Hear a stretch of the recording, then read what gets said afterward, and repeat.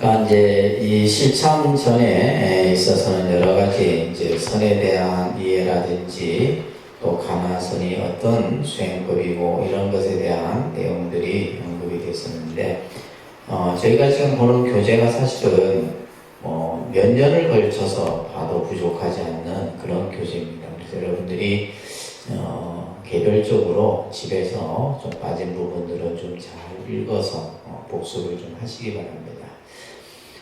지난 시간에 이제 화두란 무엇인가에 대해서 말씀을 드렸는데, 결국 이제 이 무문회계 선사께서 무문관에서 참선이란 조사의 법문을 듣는 것이다 라는 말씀을 언급을 하셨죠. 그죠? 그래서 화두라고 하는 것은 이제 공안이라고도 불려지고 또 고치기라고도 불려진다, 이런 말씀들을 전해드렸는데, 이것은 어떻게 보면 화두라고 하는 것은 우리가 이제 어떤 이성적 판단으로 또 사유로서 그것을 이해할 수 있는 말은 아니다라는 거죠. 이것은 우리가 이제 화두를 좀 더 쉽게 여러분들이 이해를 하려고 하면 근본적인 나의 문제예요. 근본적인 내가 가지고 있는 본질적인 문제, 이것을 우리는 화두라고 얘기를 하는 겁니다. 그래서 이 화두를 통해서 이제 우리가 이 가나선의 수행법을 지어가는데, 쭉 여러분들 넘겨보시게 되면 화두의 생명이라고 하는 장에서 보게 되면, 결국 선이라고 하는 것은 상대적 개념의 세계를 떠난 자리에서 그 자리에서 모든 것을 보고 말하고 행동하는 것이 선이다. 그래서 상대적 개념이라고 하는 것은 우리가 흔히 말하는 분별적 의식을 말하는 거예요. 그것을 떠난 자리에서 있는 그대로 보고 있는 그대로 말하고 있는 그대로 행동하는, 이것을 이제 우리가 중국에서 말하는 가나선이다라고 얘기를 합니다. 자, 그래서 화두라고 하는 것은 우리들로 하여금 사유의 길을 끊게 해요. 우리가 이제 가장 이 가나선 수행을 하는 데 있어서 경계해야 될 것이 뭐냐 하면, 첫째는 분별심이에요. 분별. 그죠? 분별, 그 다음에 조작, 그 다음에 시비, 이 세 가지가 가장 중요한 이제 요소입니다. 그러니까 이 세 가지를 없애는 것이 바로 우리가 이제 수행인데, 그러니까 이러한 우리의 어떤 의식 속에서 또 마음의 경계상에서 일어나는 이러한 분별심이나 조작이라고 하는 것은 생각을 짓는 거죠. 내가 생각을 만들어내는 거예요. 생각을 만들어내는 거. 임의적인 조작이라고 해요. 근데 우리가 이제 이 참선을 하고 있다 보면 한 생각이 탁 일어나면 그냥 일어난 곳으로 멈춰야 되는데, 그 생각을 가지고 생각을 또 만들고 이건 조작심이라고 해요. 그리고 시비, 옳다 그르다, 이런 어떤 마음들이 일어나는데, 이 마음들을 하나로 묶는 것, 이것이 바로 뭐냐? 화두라는 거예요. 이것을 이 마음들이 흐트러지지 않도록 꽉 붙들어 매는 이제 수행법이 바로 가나선 수행법이다라고 얘기를 하는 겁니다. 그래서 화두라고 하는 것을 통해서 우리 이제 참선을 하는 이들에게 사유의 길을 끊게 하고, 몸과 마음을 의심, 그죠? 우리가 예를 들면 화두에 대한 의심을 얘기하는 거예요. 그 의심이 꽉 차게 해서 그 의심이 이제 타파되는 그 순간 우리는 바로 깨달음의 경지로 이끌게 된다 하는 이야기들이 설명되고 있습니다. 여러분들 쭉 넘겨보시면 제가 가지고 있는 책은 154쪽인데 조금 페이지 수가 틀릴 거예요. 서장에서 대선사가 화두를 어떻게 들어야 하느냐, 이게 중요한 내용이죠. 여러분들이 화두를 이제 드는 가나선 수행을 하는데, 화두를 어떻게 드는 것이 가장 올바른 방법인가 바로 이 대예수님께서 하시는 말씀을 잘 새기셔야 돼요. 화두를 들 때는 평소에 영리하고 총명한 마음으로 헤아려 분별하지 말아야 한다. 자, 이게 첫 번째예요. 그러니까 화두를 우리가 예를 들면 어떤 지식적으로 분별하거나 내가 어떤 문자나 언어로서 이해하려고 하거나 이렇게 이제 여기서 말하는 것처럼 뭔가 어떤 얕은 지식으로 그죠? 그것을 분별하고 또한 헤아려서는 안 된다. 예를 들면 화두는 화두 그 자체인 것이지 그것을 가지고 옳은지 틀린지 맞는지 어떤지 이것을 따져서는 안 된다. 그래서 마음으로 헤아려 분별하면 화두를 그죠? 여기서 말하는 생각으로 내가 그것을 헤아리고 분별하면 10만 8천리도 아직 먼 곳이 아니다. 그래서 화두라고 하는 것은 여러분들이 가지고 있는 불교적인 이해나 지식이나 이런 것으로서 알 수 있는 것은 아니다. 그래서 화두는 의식과 생각으로 헤아려서는 안 된다 이 말이에요. 그래서 의식과 생각으로 헤아리는 것을 선에서는 아르마리라 한다고 그랬어요. 그죠? 아르마리. 이것을 다른 말로는 뭐라? 지혜다. 이 아르마리를 버려야 되는 거예요. 화두는. 자, 그래서 무문선사가 대도는 문이었다. 대도무문이다. 라는 말을 하면서 길은 어디에다 있는 것이다. 이 관문을 들고 나가면 온 천하를 당당히 걸으리라. 라는 말을 하고 계시는 겁니다. 그래서 화두가 타파되었을 때 이 세상이 통하지 않는 것이 없다. 이 말이에요. 모든 길이 다 하나로 통하게 되어 있다는 말씀을 하고 계시는 겁니다.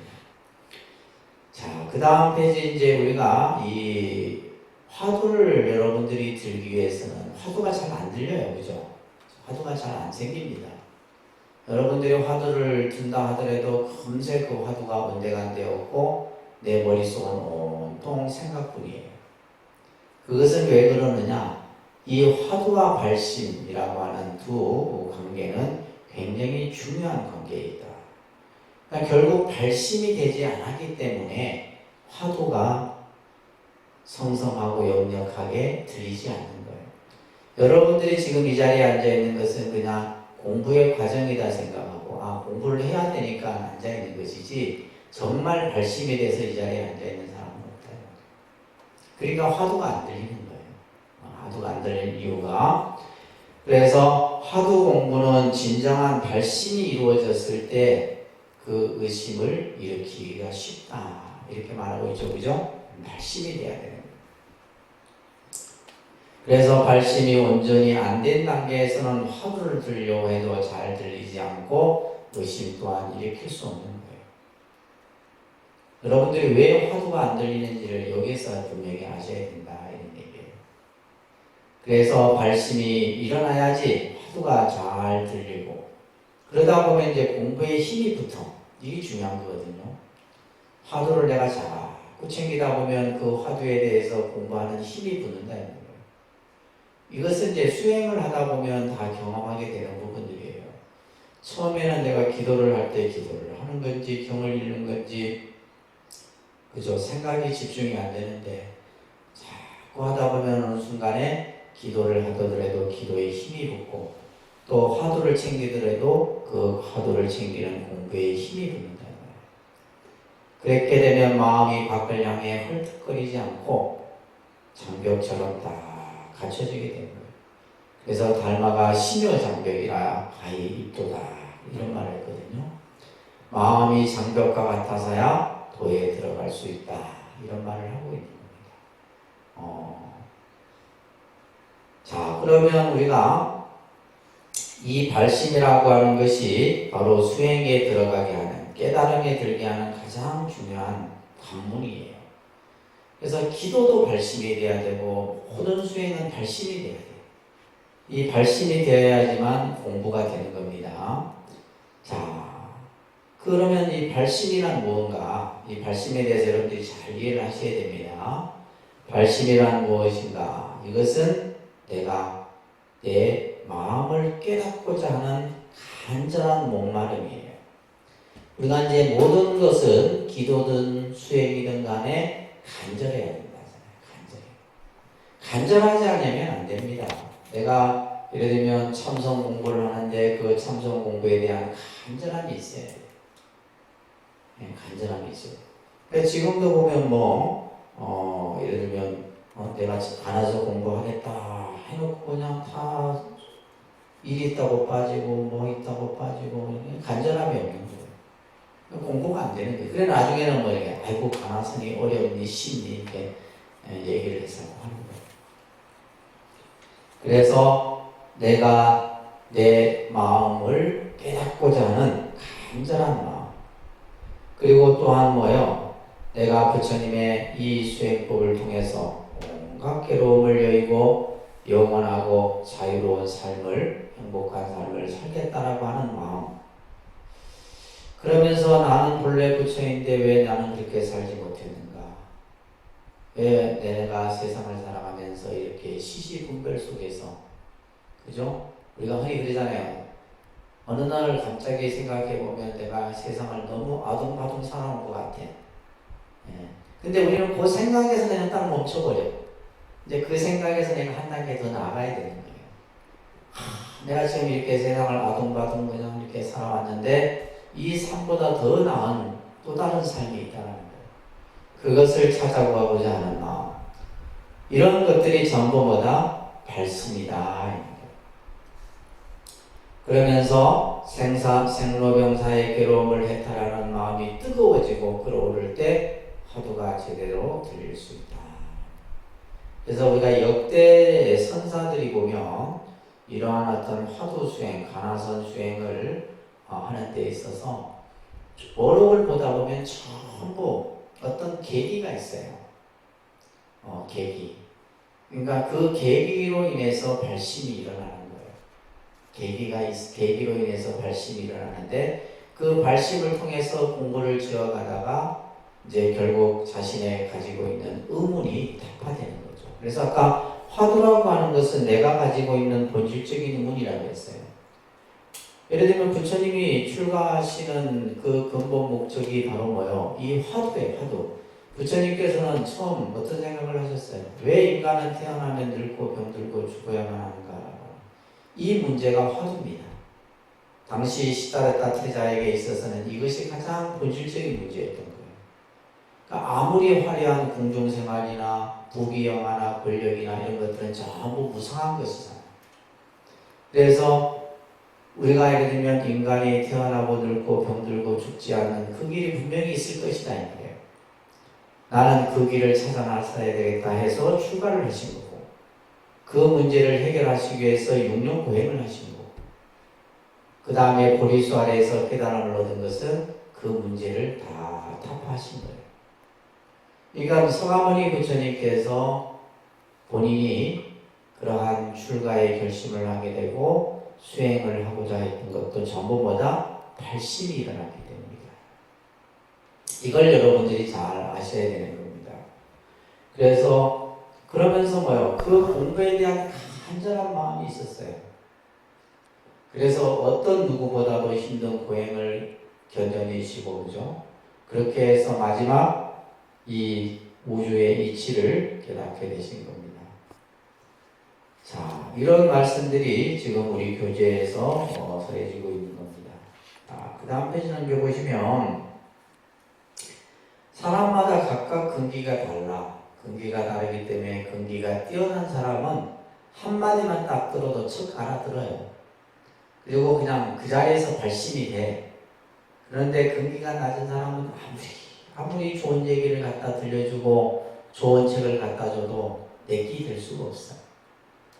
그래서 근기가 뛰어난 사람은 바로 그 자리에서 본래 면목을 보고 깨치는 겁니다. 자, 그렇지 못한 사람은 그 말하는 까닭이 무엇이고 또 내 앞에서 분명히 움직이고 있는 이것이 무엇일까?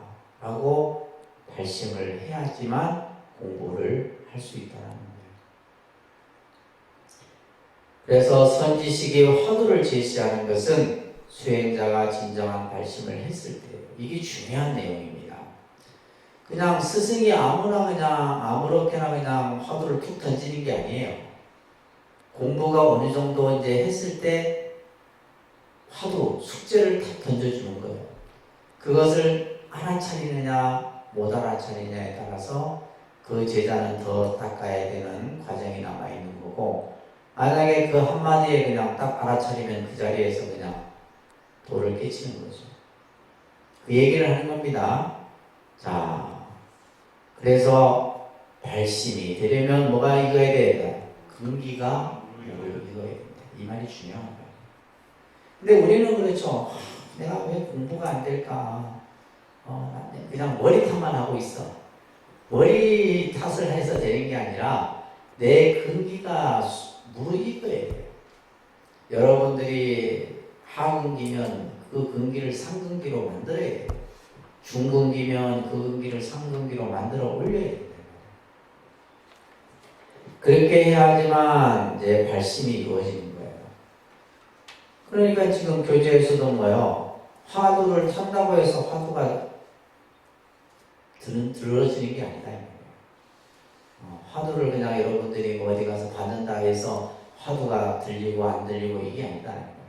첫째는 뭐가 있어야 된다? 발심이 있어야 된다. 뭐가 있어야 된다고요? 발심이 일어나야 된다. 자, 그러한 발심들이 이제 뒤에서 쭉 선해지는 겁니다. 자, 그 다음 페이지 쭉 넘겨보시면 어떻게 발심해야 하느냐, 162쪽인데 제가 가지고 있는 교재는 우리가 이제 발심을 자꾸 얘기하는데, 그래서 이제 우리가 화두를 참고하는데 세 가지 조건이 있는데, 첫 번째가 대신근, 그죠? 대신심이라고 합니다. 이 믿음은 뭐냐? 내가 본래 부처라는 믿음, 이게 이제 제일 중요하다 그랬어요, 그죠? 그 다음에 두 번째가 대분심이에요. 분심은 바로 뭐예요? 발심입니다.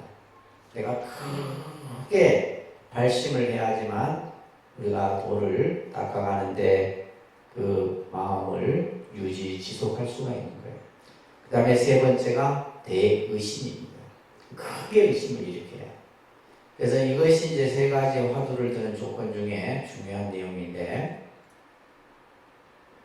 그러면 어떻게 발심을 해야 되느냐예요. 자, 우리가 이제 범심이 되면 화두를 들려고 애써보지만 화두에 몰입하여 그 화두가 또렷또렷 끼어있기란 쉬운 일이 아니다. 화두가 잘 안 들리죠? 그가 부모 미생전야시 불례명목인고, 이 화두가 잘 안 들린다. 그 안 들리는 이유는 뭐냐 하면 내가 스스로를 화두를 들어야 하는 절박함이 없어요. 그러니까 이 공부에 대한 절박입니다. 뭐든지 절박해야 돼. 절박하면 들어도 그만, 안 들어도 그만. 내가 예를 들면 뭐 부모 미생전, 내가 태어나기 전에 뭐 내가 뭐가 됐든 그게 뭐 중요한가? 뭐 이런 생각이 버리면 화두하고는 심한 발전이에요. 그래서 절박하고 근원적인 필요성이 안 밖으로 사무치지 않았기 때문이에요. 화두가 들리지 않는 이유가 이겁니다. 화두를 여러분이 든다고 해도 화두가 들리지 않는 이유가 첫째는 뭐요? 절박함이 없고, 두 번째는 필요성이, 내가 이것을 들어야 되는 필요성을 느끼지 못해. 그래서 화두가 안 들리는 거예요. 화두가 들리지 않는 이유를 이렇게 얘기합니다. 그래서 이것을 우리가 이제 이 화두를 들기 위해서는 발심이라는 것이 바로 필요 조건이라고 그랬잖아요. 이 발심이라는 것은 간절한 염원, 내가 이 화두를 들어서 생사의 대해탈을 이루겠다라고 하는 간절한 염원이 있어야 돼요. 그러니까 이게 없으면 사실은 우리가 이제 예를 들면 스님들이 출가를 할 때도 간절한 구도심이 있어야지만 출가를 해서 구도의 시간들을 우리가 수행을 할 수가 있는 거예요. 그냥 예를 들면 아이고 한번 내가 머리 깎아서 스님 생활 해봐야지 단순한 생각에서 하게 되면 내년도 못 가서 다 고향 앞으로 돌아갑니다. 우리 그 수행자의 삶 또한 마찬가지예요. 매일매일 사실 끊임없이 간절함이 있어야 됩니다. 절박함이 있어야 된다. 그것은 마치 뭐와 같으냐면 천길락 떨어지 위에 내가 한 발을 내딛고 있는 그런 마음 상태가 마음이 그냥 부풀어 헤쳐져 갖고 막 그냥 되는 것도 아니고 안 되는 것도 아니고 하는 것도 아니고 안 하는 것도 아니고 여러분들 공부하는 것들이 그렇잖아요. 그리고 공부 기도하는 마음도 마찬가지고 절박하고 간절함이 없어. 근데 그것이 여러분들에게 보입니다. 사람에게 그게 보인다는 말이에요. 어떤 사람은 기도를 하는데 참 기도하는 그 모습에 절박하고 간절함이 배어 있어. 그 사람은 뭐야? 기도를 잘 하고 있는 거예요. 근데 어떤 사람은 하는 둥 마는 둥 우리 삶도 그렇잖아요. 뭔가 열심히 하고 내가 뭔가 어떤 목적을 가지고 하는 사람하고 하다 보면 되겠지, 그죠? 하다 보면 되겠지. 아이고 아니면 막 때려치고 뭐 이런 생각을 가진 사람하고 공부하는 그 자세는 틀리다는 거예요. 그래서 이 가나선 공부 수행은 아무나 할 수 있는 것이 아니다. 지금이라도 포기하시겠어요? 네? 이게 이제 아무나 하는 게 아니란 말이에요. 지금 이런 간절하고 절박함이 안팎으로 사무쳐야 된다는 말은 내 온 몸, 그래서 나중에도 나오지만은 우리 이 몸에 털구멍이 38,000 구멍인데 이 온 몸으로 화두를 참고를 해야 된다. 이런 표현들이 조산 스님 말씀에서 나오는 거예요. 자, 그러면 우리가 발심을 하기 위해서는 어떤 이 세상의 모습을 바라봐야 하느냐. 첫째는 무상함을 느껴야 돼요. 무상함을 느끼지 않으면 발심이 일어날 수가 없습니다. 무상. 그리고 예를 들면 자기의 성찰이 있어야 된다. 이 세상이 무상하다는 것을 절실히 느껴야 되고, 두 번째는 뭐요? 자기의 성찰이 있어야 된다. 뭔가 나를 찾고자 하는 마음 공부의 자세가 갖춰져야 된다 이런 말이에요. 그리고 또한 중요한 것은 뭐다? 자신의 본래 면목을 찾고자 하는 간절한 열망이 있어야 된다.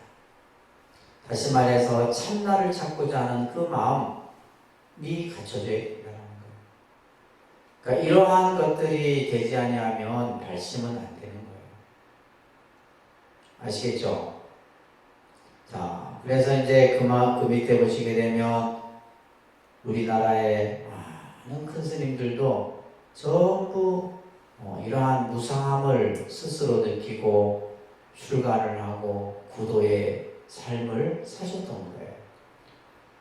고려시대 때 나온 스님이나 조선시대 때 한모 스님이나 이런 스님들은 보면 이제 전부 친구의 죽음이라든지 부모의 죽음이라든지 이런 것들을 보면서 뭔가 이 세상의 무상함을 느끼게 되고, 그리고 좀 더 대자유의 길을 가고자 수행자의 모습으로 나섰던 겁니다. 근데 우리는 그랬잖아요. 내 주변에 누가 죽어도 3일 동안 슬프지 그러고 나서는 끝이야. 여러분들 그랬잖아요. 남편이 죽든 아내가 죽든 자식이 죽든 3일 아니면 끝이에요. 좀 길면 49일까지는 봐준다.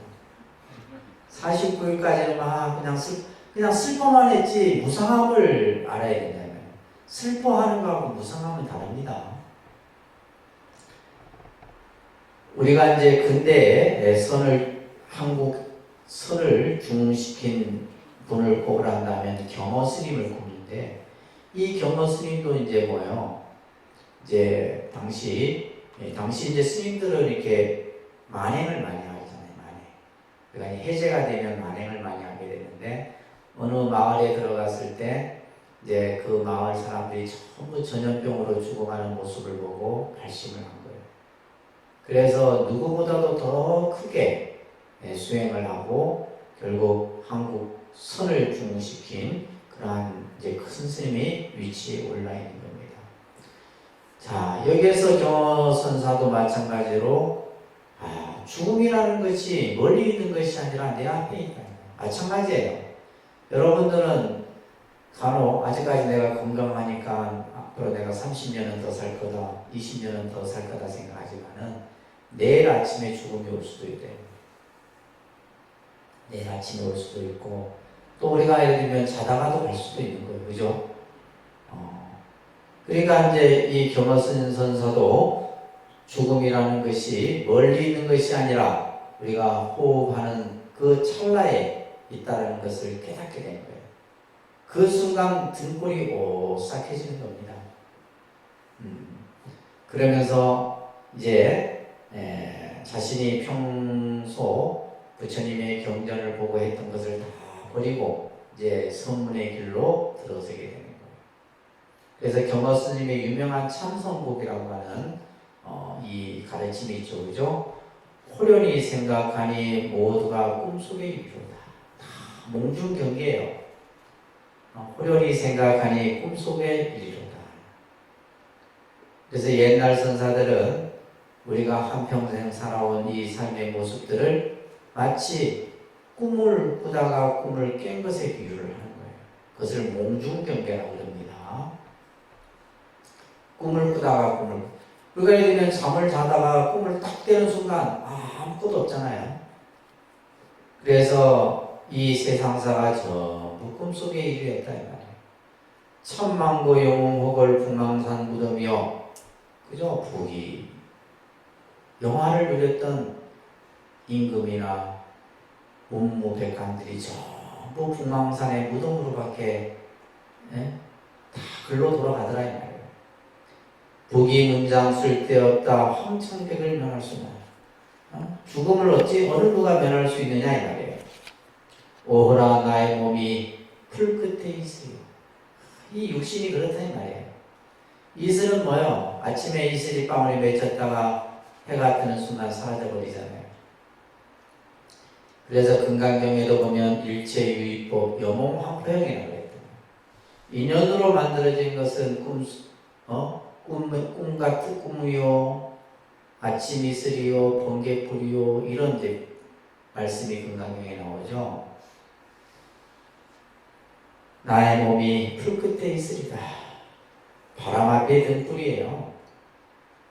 이런 무상함을 알아야지만 대분심을 일으키고 우리가 공부의 길로 들어설 수가 있는 겁니다. 참선 공부는 이러한 무상함을 철저하게 깨달은 사람만이 할 수 있는 거예요, 사실. 그러니까 이제 단순하게 그냥 우리가 뭐 명상이나 이런 개념하고는 틀린 겁니다. 모두가 다 무상이라고 하는 이 법칙 속에서 다 우리는 변하는 존재인 것이에요. 또 우리가 살아가는 삶의 모습 하나하나도 결국 우리가 살아가는 것이 아니라 죽음을 향해 가고 있는 거예요, 사실. 여러분이 살고 있는 하루를 산다는 것은 내가 하루 빨리 지금 죽음의 문턱에 다다르고 있는 것과 똑같은 것이잖아요. 이런 생각을 여러분들이 하고 공부를 합니까? 이런 생각을 하고 공부를 해야 되는 거예요. 불교 공부를 하려고 하면. 그래서 철저하게 무상함을 느끼게 되는 겁니다. 또 우리가 이제 경허 스님과 더불어서 효봉 스님도 마찬가지예요. 효봉 스님도 자신의 어떤 삶의 무게, 그 삶의 죄책감으로 인해서 판사직도 내려놓고, 그죠? 출가의 길로 나서서 큰 또 선사로서의 모습을 우리들에게 보여주신 거잖아요. 그래서 선에서는 무상함과 자기의 한계와 그리고 자신이 가지고 있는 어떤 삶의 모습들을 극복하는 길은 결국 뭐에 있다? 자기 자신을 찾는 데 있다. 그러니까 왜 우리가 나를 찾아야 하고 이 마음 찾는 공부가 중요하냐면 어떤 공부보다도 우리가 지금 살아가는 현실 모습 속에서 이 세상은 끊임없이 변해가고 무상하고, 그죠? 우리는 어떤 자기 존재의 그러한 어떤 한계 속에 살고 있다는 것을 스스로 느낄 때 이 공부를 우리는 제대로 할 수 있게 되는 겁니다.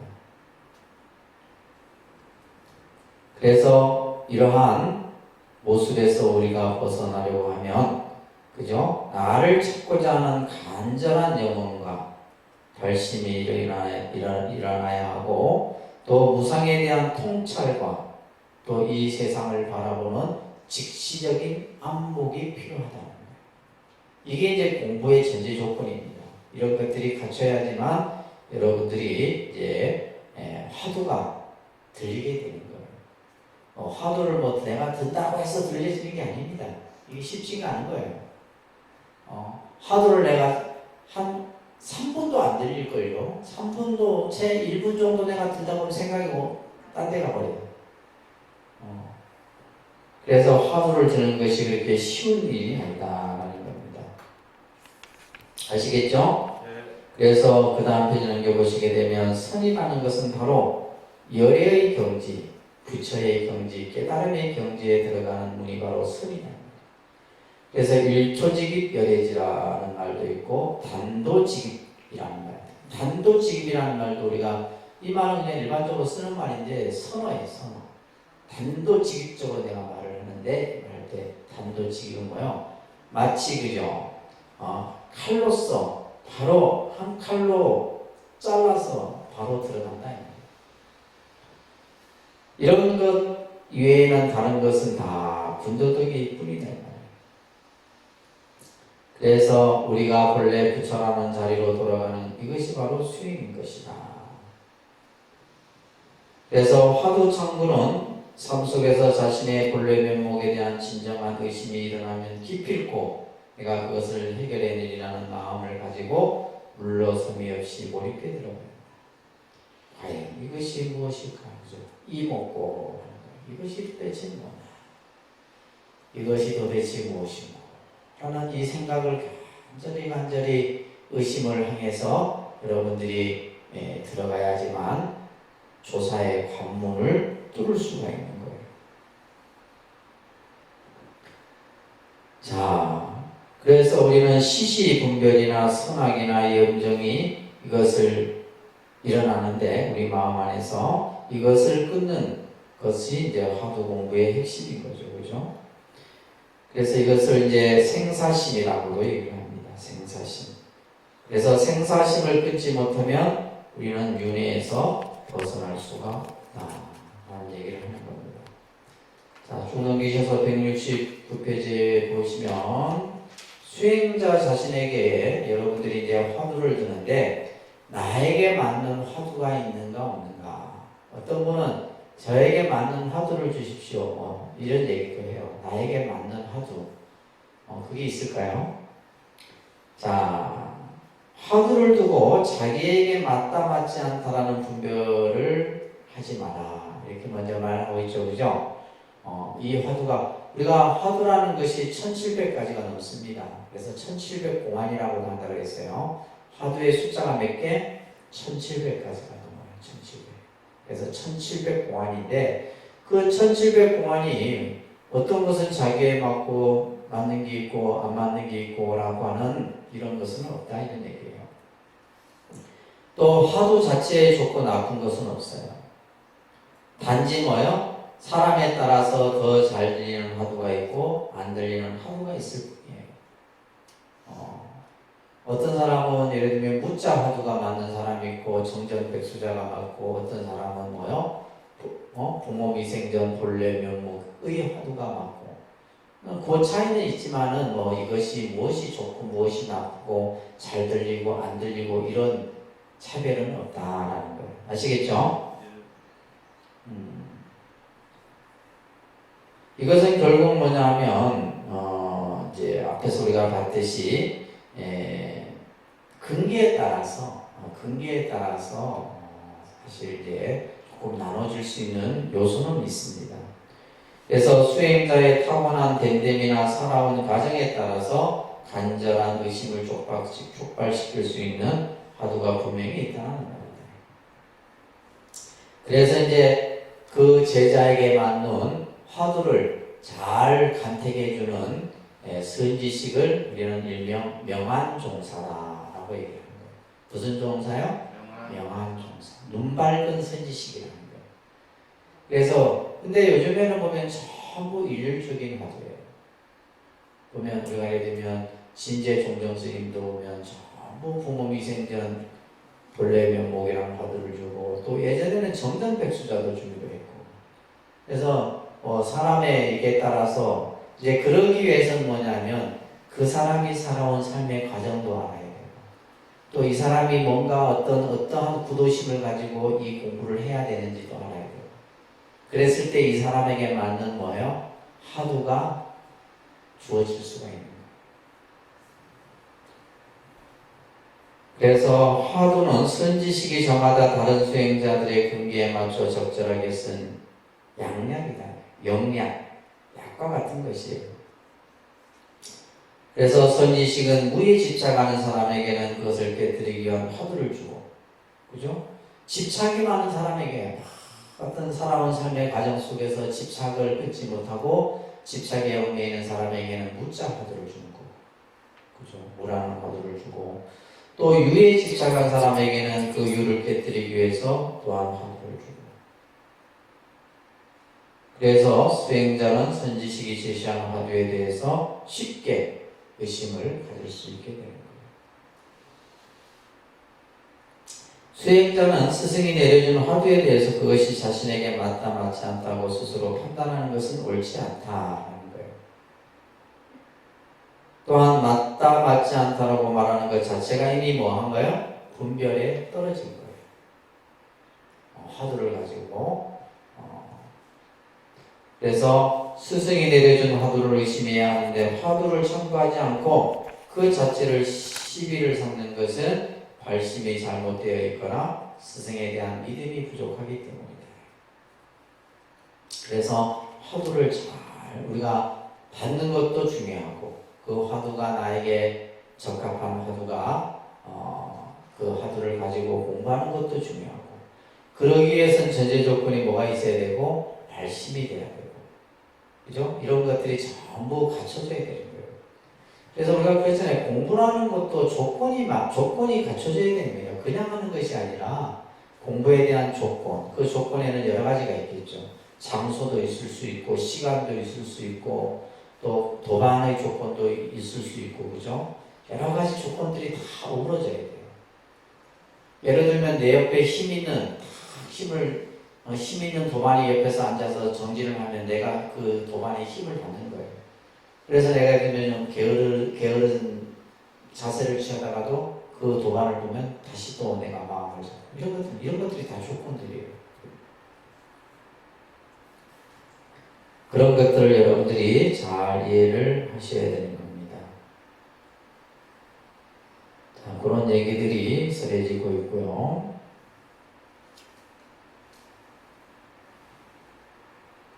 자, 밑에 보시게 되면 화두란 헛된 아르만이나 생사식 같은 그릇된 견해를 한 칼에 베어버리는 치모금이다. 치모금이라는 말.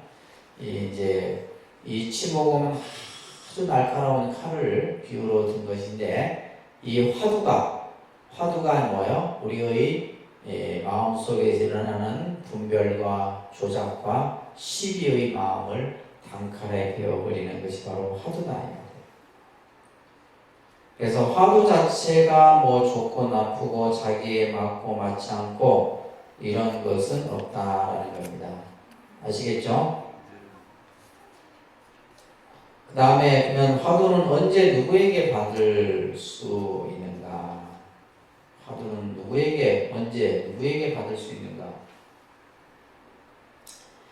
원래 이제 우리가 이 가나선 화두 공부는 아까도 얘기했듯이 발심이 돼야 되는 거죠. 내가 이 공부에 대한 발심이 일어나야 돼요. 그 발심이 일어났을 때 선지식을 찾아가서 그 선지식으로부터 간택을 받고 그 가르침에 따라서 참고를 해야 가장 올바른 방법입니다. 그래서 앞에서도 얘기했듯이 이제 발심이 되지 않으면 화두가 제대로 들리지 않는 거예요. 그러니까 우리가 예를 들면 자기 몸에 맞는 약이 있는데 몸에 맞지 않는 약을 먹게 되면 효과가 없는 것과 마찬가지예요. 여러분들이 이 공부를 하기 전에 정말 내가 지금까지 뭔가에 대해서 공부를 해온 거예요. 의문을 가졌다 이 말이에요. 그거에 대해서 스승에게 뭐 예를 들면 어록을 예를 들자면 스님 도가 무엇입니까? 그러면 이 제자는 뭐예요? 도에 대해서 늘 생각을 해왔던 거예요. 도에 대해서 자기 나름대로 도가 이것이고 도라는 것은 그 생각을 뭐 그냥 1, 2년 한 게 아니에요. 오랜 시간 동안 도에 대해서 공부를 했는데 딱 스승에게 물었더니 도는 평상심이 도다. 이걸 이제 마조스님 같은 경우는.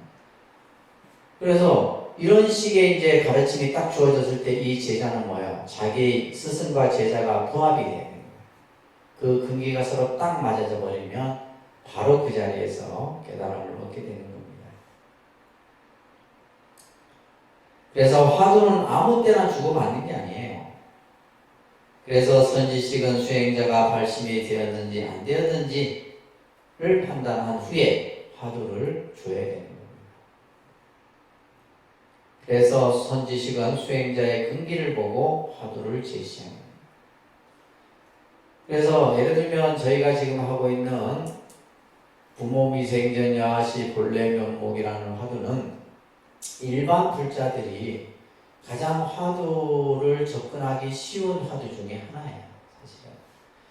예를 들면 무자 화두도 있고 간시갈도 있고 정적백수자도 있고 끽다거도 있고 여러 화두가 있는데 그 화두들은 실제 여러분들이 생각으로도 이해하기 좀 어려운 내용들이에요. 근데 우리가 예를 들면 내가 이 몸을 받기 전에 내가 이 세상에 태어나기 전에 과연 참나는 무엇인가? 이거는 누구나 보편적으로 할 수 있는 화두에 대한 의심이 된 말이에요. 그래서 이제 이 화두가 보편적으로 많이 주어지는 겁니다. 또한 화두 공부는 선지식에 대한 절대적인 믿음과 가르침 속에서 전개된다. 그래서 그렇지 않은 사람이 화두를 주거나 자기 스스로 화두를 준다면 화두 공부에 대한 확신을 갖기 어렵다라는 말을 하고 있습니다. 그래서 화두는 뭐예요? 발심이 되었을 때 그 화두를 받아야 된다라는 말을 꼭 기억을 하시기 바랍니다. 자, 쭉 넘겨보시게 되면 그래서 가나선을 바르게 수행하기 위해서는 먼저 선지식을 찾아뵙고 화두를 지녀야 하고 그 다음에 이제 선지식을 찾을 수 없을 때는 스스로 화두를 줄 수도 있단 말이에요. 이런 경우에는 먼저 뭐가 돼야 되냐면 발심이 되어야 하고 정견이 확립되어야 돼요. 그래서 화두 공안집이 있어요. 제가 아는 도반 스님 한 분은 야, 대한민국에는 나에게 화두 줄 사람이 없다. 젊은 나이에. 그래 생각해갖고 자기 스스로 화두를 선택한 거예요. 화두 공안집을 쭉 보다가 왔는데 아까 얘기했듯이 그건 내가 책을 보다가 뭔가 내가 이걸 내가 해야 되겠다라는 그냥 선택한 것이지 뭐가 안 된 거예요. 발심이 안 된 거예요. 발심이 안 되다 보니까 그 화두를 가지고 선방에서 한 10년 가까이 해도 공부가 안 되는 거예요. 그래서 나중에는 이제 또 모 선사를 찾아가서 화두를 이제 결국은 다시 받는 이런 경우도 있는 거예요. 자기 혼자서 이제 했을 경우에는 잘 안 됩니다. 그래서 화두 드는 방법과 공부를 시작할 때의 길을 우리가 잘 알아야 됩니다. 그리고 끊임없이 자기 공부에 대해서 선지식을 찾아서 점검을 받고 그죠? 이런 것들을 해야 되는 겁니다. 자, 그 다음에 화두라는 것은 평생 하나만 참고해야 하는가? 그죠? 예를 들면 화두를 그냥 이것 했다가 저것 했다가 해도 되느냐? 안 된다 이 말이에요. 화두라고 하는 것은 가능한 한 그죠? 한 화두만을 들고 그것이 그 의심에 대한 의문이 타파될 때까지 지속적으로 공부를 가져가야 돼요. 나중에 이런 경우도 있어요. 스님들이 이 화두 했다 저 화두 했다가 그냥 이 화두 하다가 안 되면 저 화두 하고 그러면 이거는 진짜 말 그대로 공부가 이것도 안 되고 저것도 안 되는 경우들이 많아요. 그러니까 스님들이 이제 참선하는 예에서도 그런 걸 많이 봅니다. 그래서 이제 정말 발심이 되고 이 화두가 내 정말 온 몸과 마음에 사무칠 때까지, 그리고 나서 이제 그 의심이 사무칠 때 이 공부가 제대로 이어져 나가는 겁니다. 그래서 한 화두만을 가지고 우리가 공부를 해야 된다라는 말을 하고 있는 겁니다. 아시겠죠? 네, 그런 얘기들이 나오고 있고, 자, 그 다음에 쭉 넘겨보시면 우리가 이제 1700개의 공안을 얘기를 하는데, 기존의 1700개 공안 안에서만 우리가 화두를 참고해야 되느냐? 그렇지만은 않다, 이런 얘기예요.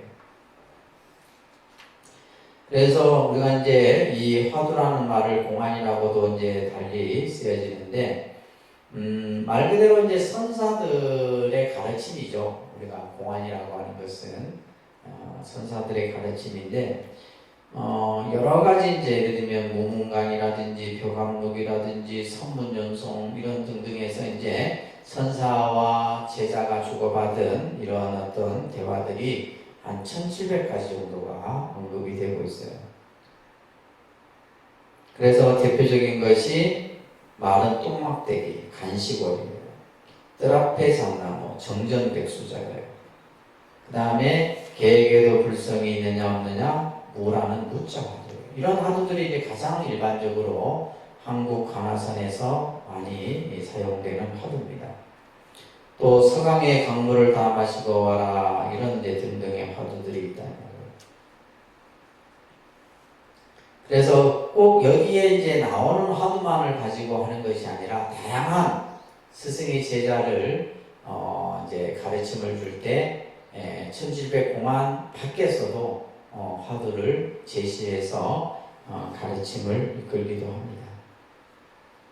예를 들면 이제 우리가 이제 깨달음이 뭡니까? 마음이란 도대체 무엇입니까? 라고 했을 때 임재 스님은 할로서 이제 깨달음을 주기도 하고, 덕산 스님은 뭐요? 덕산방이라 해서, 이 덕산 스님은 누군가가 어떠한 가르침을 물으면 무조건 답을 해도 30방, 답을 안 해도 30방. 몽둥이로 이렇게 흘러가는 거예요. 그리고 또 이제 우리 한국의 모선사는 어떤 수자가 와서 가르침을 물으면 갑자기 딱이 와서 막 날립니다. 이 스님을 별명이 딱이 스님이라. 여러분들 생각해보세요. 내가 지금 공부를 물으러 갔는데 딱 묻은 순간에 뭐예요? 바로 그냥 딱이 나와. 이런 선사들도 있고 그래요. 그러니까 이런 것들은 이제 격을 벗어난 이제 그러한 가르침인 거죠, 그죠? 조주 스님 같은 경우는 마음이 뭡니까? 이렇게 물으면, 그죠? 마음이 무엇입니까? 그러면 그냥 차 한 잔 마시고 가게나 긱다그라고 그러죠, 긱다그. 이러한 이제 가르침들이 이 선에서 나오는 겁니다. 그래서 이러한 많은 공안들이 1700공안인들이 나오는데 꼭 여기 안에서만 사용되어지는 것은 아니다.